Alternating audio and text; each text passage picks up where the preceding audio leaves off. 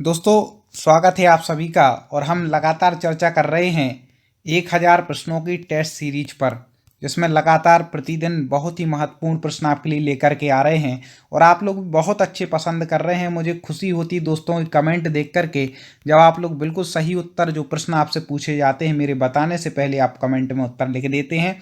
तो हम स्वागत कर रहे हैं पुनः आपका अपने यूट्यूब चैनल टॉप 50 स्टडी, जिसके माध्यम से आपको सिलेबस के अनुसार पूरी तैयारी इस चैनल के माध्यम से कराई जा रही है। आपको तो यूट्यूब पर जाकर के लिखना है टॉप 50 स्टडी और आपको आपके सभी सब्जेक्ट की तैयारी सिलेबस के अनुसार मिल जाएगी।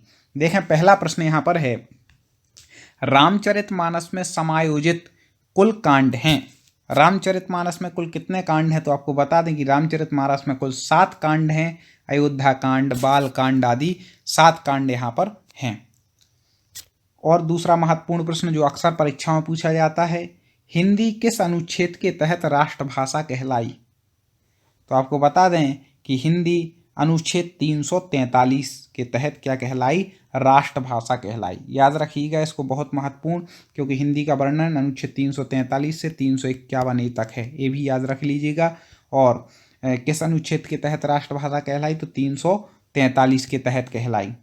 ठीक है, आगे बढ़ते हैं। बहुत महत्वपूर्ण प्रश्न, एक एक प्रश्न आपके लिए रटने लायक है।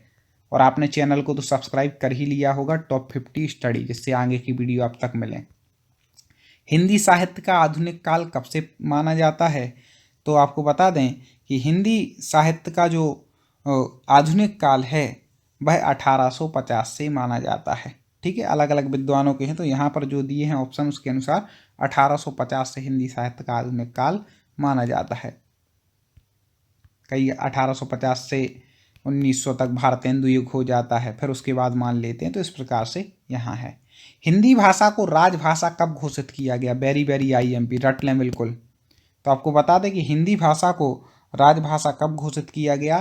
तो 14 सितंबर 1949। कब किया गया? 14 सितंबर 1949। अब एक प्रश्न मैं आपसे पूछना चाहता हूँ कि हिंदी दिवस कब मनाते हैं? ठीक है, किस डेट में मनाते हैं हिंदी दिवस, ये आपको बतलाना है। हमने ये तो बतला दिया कि राजभाषा कब घोषित हुई, 14 सितंबर 1949। अब थोड़ी सी बुद्धि का प्रयोग करें और आप बताइए हिंदी दिवस कमेंट में। अगला कमेंट आप खोल के रखें, 4 ऑप्शन में से मेरे बताने से पहले आपको लिखना है, अंधेर नगरी चौपट राजा। कई बार सुनी होगी टके सिर बाजी टके सिर खाजा। तो अंधेर नगरी चौपट राजा, यहाँ पर ये पूछना चाह रहे कि नाटक लिखा किसने है? पढ़ा तो सबने है, लेकिन अब ये बता दीजिए लिखा किसने। तो आपको बता दें, भारतेंदु हरिश्चंद्र का फेमस नाटक है। इनके नाम से, भारतेंदु जी के नाम से खुद का युग है भारतेंदु युग। इन्होंने इतना बड़ा योगदान दिया हिंदी में। ठीक है, तो भारतेंदु हरिश्चंद्र जी ने लिखा है अंधेरी नगरी चौपट राजा। पीपल पात सरिस मन डोला, इसमें कौन सा अलंकार है?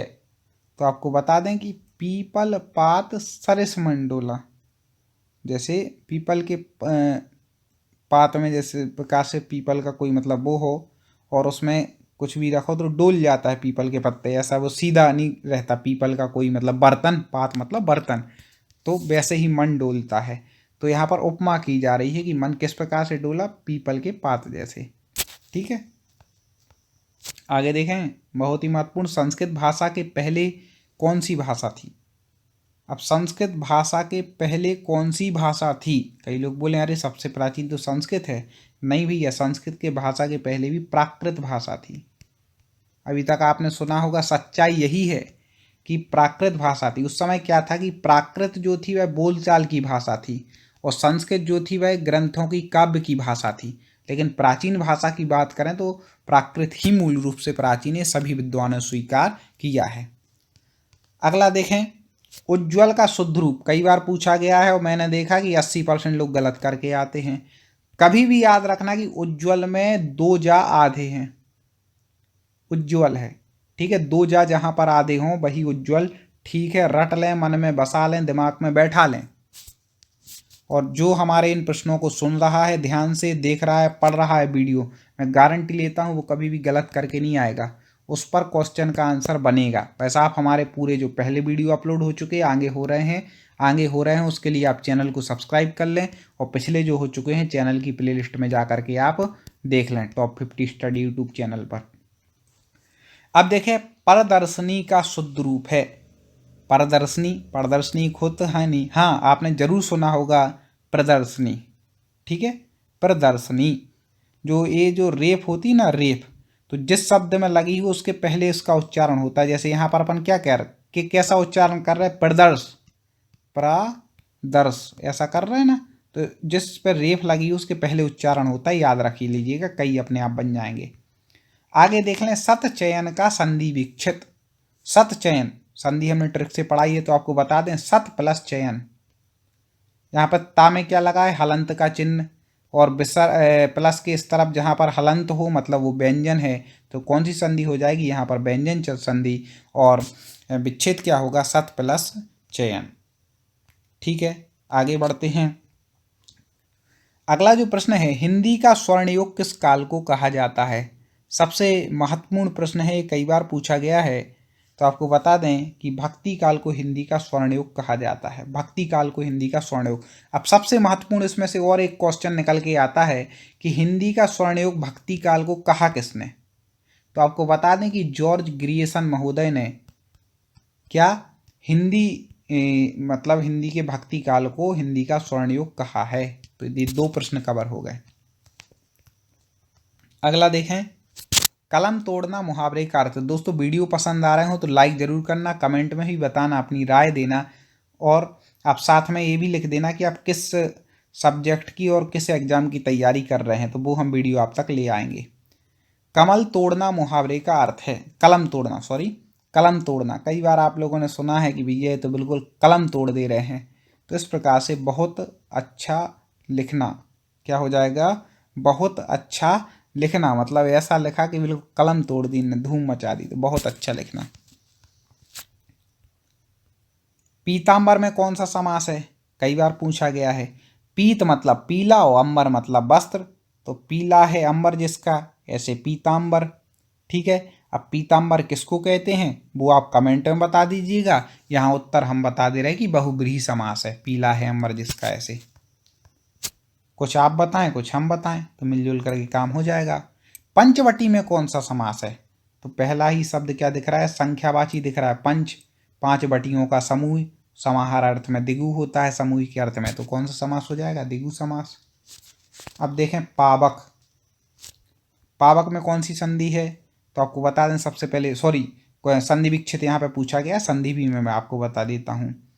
तो पावक, अब इसको संधि विच्छेद करेंगे, तो मैंने आपको बताया था कि स्वर संधि के अंतर्गत ट्रिक में आपको बताया था कि जहाँ पर तीन शब्द होते हैं वहाँ पर कौन सी संधि होती, अयादि स्वर संधि, कोई मात्रा ना लगी हो, तो यहाँ तो अयादि है, पहचान गए। तो पऊ धन अक, तो पऊ का होगा पाव, ठीक है, आयस में जुड़ेगा तो वाव का पावक। इस प्रकार से पऊ धन अक मिल करके अयादि स्वर संधि से क्या बन जाएगा, पावक मतलब बन जाएगा। ठीक है, अगला देखें जगदीश का संधि विच्छेद, तो जगत धन ईस व्यंजन संधि हो जाएगी। जगत आएगा, दानी आएगा, याद रखिएगा, क्योंकि ता का तो दा होता है तीसरा वर्ण, ठीक है, संधि होने के बाद, तो जगत धन ईस आएगा। आगे बढ़ जाते हैं, हिंदी की उत्पत्ति किस भाषा से हुई। हिंदी की उत्पत्ति किस भाषा से हुई है, जल्दी से आप कमेंट में उत्तर बता दीजिए, तो आपको बता दें कि हिंदी की उत्पत्ति सौरसेनी अपभ्रंश से हुई। क्योंकि आपको क्रम पता होगा कि जो एक क्रम आता है, संस्कृत, पाली, प्राकृत, अपभ्रंश, ठीक है, अपभ्रंश के अंतर्गत सौरसेनी अपभ्रंश से फिर हिंदी आई है, तो इस प्रकार से आप उसको लगा सकते हैं। अरबी भाषा का कौन सा शब्द है, चार शब्द दिए हैं, कौन सा इसमें से अरबी भाषा का शब्द है, जल्दी से आपको बता दें, तो आपको बता दें कि अरबी भाषा का शब्द है गुनाह। क्या है, गुनाह, याद कर लीजिए, रट लीजिए। पंचगद्दा एक संख्यावाची शब्द है, अर्थ की दृष्टि से इसके अंतर्गत आने वाले पदार्थ हैं। अब पंचगद्दा के संख्या की दृष्टि से कितने आएंगे, तो पहली आपको उसमें दिख रहा है कि क्या लिखा है, पंच, तो कितने आ जाएंगे, पांच, पंच मतलब पांच। आगे देखें, हाथ का मैल मुहावरे का अर्थ है। हाथ का मैल मतलब कैसी तुच्छ वस्तु, अपन नहीं कहते तो मेरे हाथ का मैल है, बिल्कुल कोई बड़ी बात नहीं है, तो तुच्छ वस्तु। आगे देखें, साकेत के रचनाकार कौन है।